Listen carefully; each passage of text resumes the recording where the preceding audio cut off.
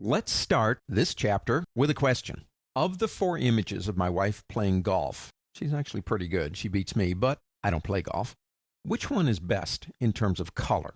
Which one has the correct color? Now, to be honest with you, that is such a loaded question. I don't know what you're using. I don't know the monitor you're using. I don't know how old it is. I don't know if it's calibrated. I don't know the lighting that you're looking at it on. There are so many variables here. Let me put this a different way with another image.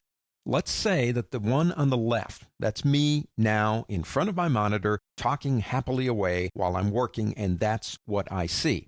Infinite Skills gets it. They compress it. They do their dead level best to make sure everything in terms of color is correct, and they do an excellent job. And then you get it, and you're looking at it on this monitor over here, and that's what you see. Whose fault is it? Well, number one, I'm not a big blamer. Everything doesn't have to be somebody's fault. It can be an accident, but it's probably simply just the way you're looking at it, the monitor you're using. Our goal in working with color is to do everything we can to make sure that the color is consistent. Let me show you something else here. Ever gone into the big office, kind of like electronic stores, and they have like this wall of televisions? It's kind of like a big man cave. You just want to sit in there and look at it all day long. Each one of these televisions has a picture on it or a movie, and they're all showing the same movie, so you can see the difference between them. And one of the differences that always just amazes me is the difference in the color when you look at them side by side. Each television is doing it differently. Why? Because the manufacturers all have their own idea on what red is supposed to be, or blue, or green, and they all think theirs is the best.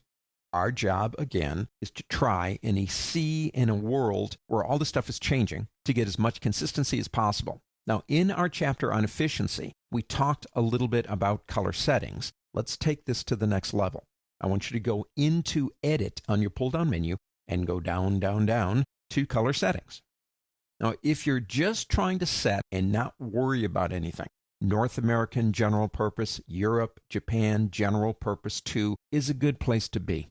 It's a very generic way to work. 9 times out of 10, it's going to work for you. But if you want that little extra oomph, if you will, that little nudge, a little bit more control, let me show you a couple of things. Now put it on North American or European General Purpose 2 or Japan General Purpose 2, whichever area you're in. Go ahead and set it for that.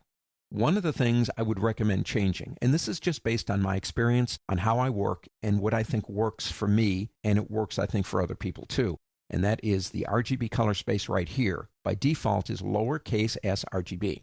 If you click there, you've got choices. I would recommend one of 2. One would be Pro Photo, which is relatively new. I do like that one, and I've begun exploring it, but I want you to check this one right here, Adobe RGB 1998. Now let me move this over just a little bit, and I want you to keep your eyes focused in this area right over here when I turn the preview on and off. So it changed it. I find that that particular color space does the best job for me when I'm trying to get things off to print. Really does work pretty good.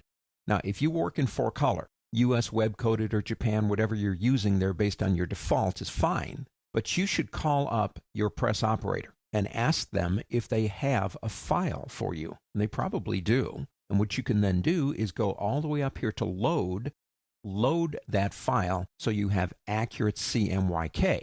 Now, other than that, I want to change 1 or 2 more things. If you come down here to conversion options, the intent is relative colorimetric.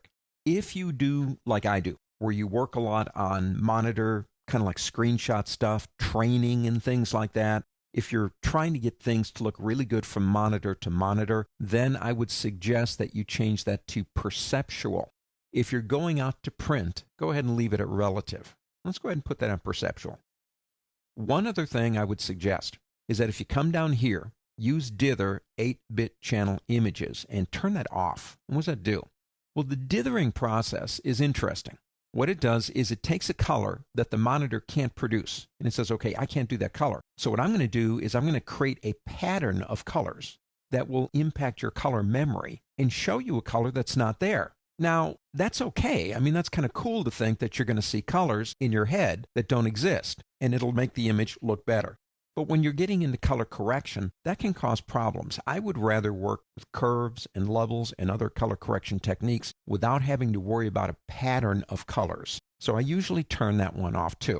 Now let's say we like this, but it says custom up here now. That's not permanent. Let's go to the word save. When you select save, it's going to default you into the settings area for Photoshop, and you give it a name, like maybe monitor color. Now, I already have one over here from my 8500A HP printer. Click Save, and you can put in information here if you want to. Now, it's defaulting to general purpose, so I'm going to take that out of there and put in, this is what I use for working on monitor color. It now is here. It's a permanent addition to our settings. We can use it or change it anytime we want to, and we click OK. Setting up color settings is the first step in a workflow that will achieve the goal, at least as close as possible, of what you see is what you get.